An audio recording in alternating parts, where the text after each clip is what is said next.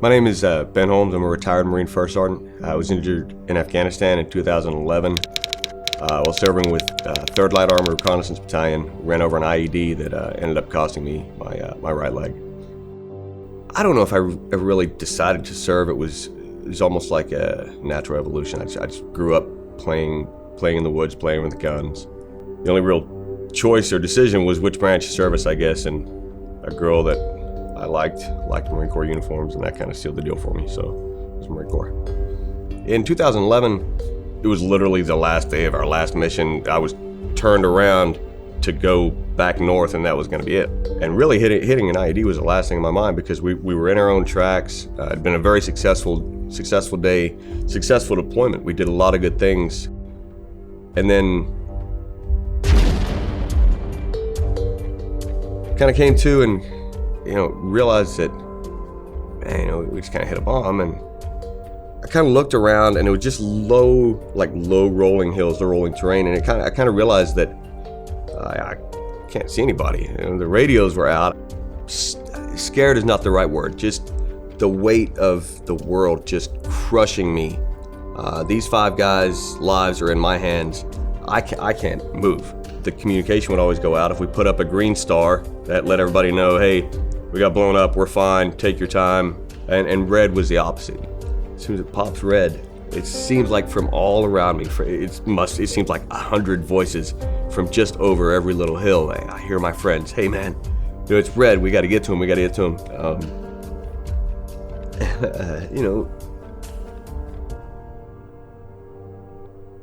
the weight of the world was gone. It was gone. I could relax and I could be hurt, and I collapsed in relief. I was just done, and my friends came and they took care of us, and it was okay. I was at the grocery store with our baby. My phone rang and I looked at the number and I was like, what's going on? And I answered and I heard Ben's voice, and he's like, hey honey, got some news. Kind of broke my leg, but the good news is I'm coming home early. But I could just tell in his voice it wasn't right. It took probably another 6 or 8 hours before I heard from him again. And, he just said, it's pretty bad. Probably gonna need surgery. Over the course of the next year or so, went through lots of surgeries, tried different things, and then the doctor called me and said, I think it's time to go ahead and amputate it. My initial reaction was, my life is really complicated right now. How's this going to affect it? Can I work around this? Can getting my leg chopped off derail everything I have going on? That same sense of relief and my friends being there has been magnified over the last 4 years by the generosity and the love of the American public. And I think where Homes for Our Troops kind of comes through, and the impact on my life is going to allow me to take care of my kids. That's why it matters. That's where it impacts me. We have 4 kids. We have Nicole, who's our oldest. She just graduated college. And we have Ashley, who's 13, and Chase is 10, and our little one is now 5, and that's Kyle.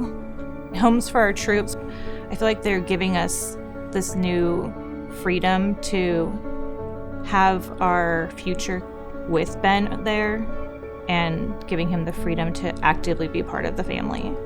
Having a specially adapted house would mean the freedom of mobility, the freedom to move. I think the biggest thing, beyond a doubt, is the shower.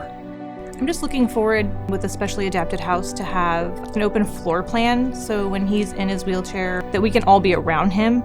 To the supporters of Homes for Our Troops, I would say thank you for this next chapter of our lives and supporting us. I am working on a Doctor of Education. I would like to teach American history. I think not having a mortgage would give me the ability to really be a full-time student, freeing up the weekends and evenings to be with and enjoy my family. I do get to coach flag football, which I really enjoy. Those kids, man, they have no limitations. They can go and go and go. I think for anybody that supports Homes for Our Troops, really there's no words that can sum. I mean, thank you, but there's no words that can capture how much it means to me, to my family, and you are the literal and figurative extension of my friends that I knew that were coming to get me, and because of you, everything's going to be okay. I look forward to definitely enjoying time with the family, but really the getting done with school and just the possibilities. I look forward to the possibilities.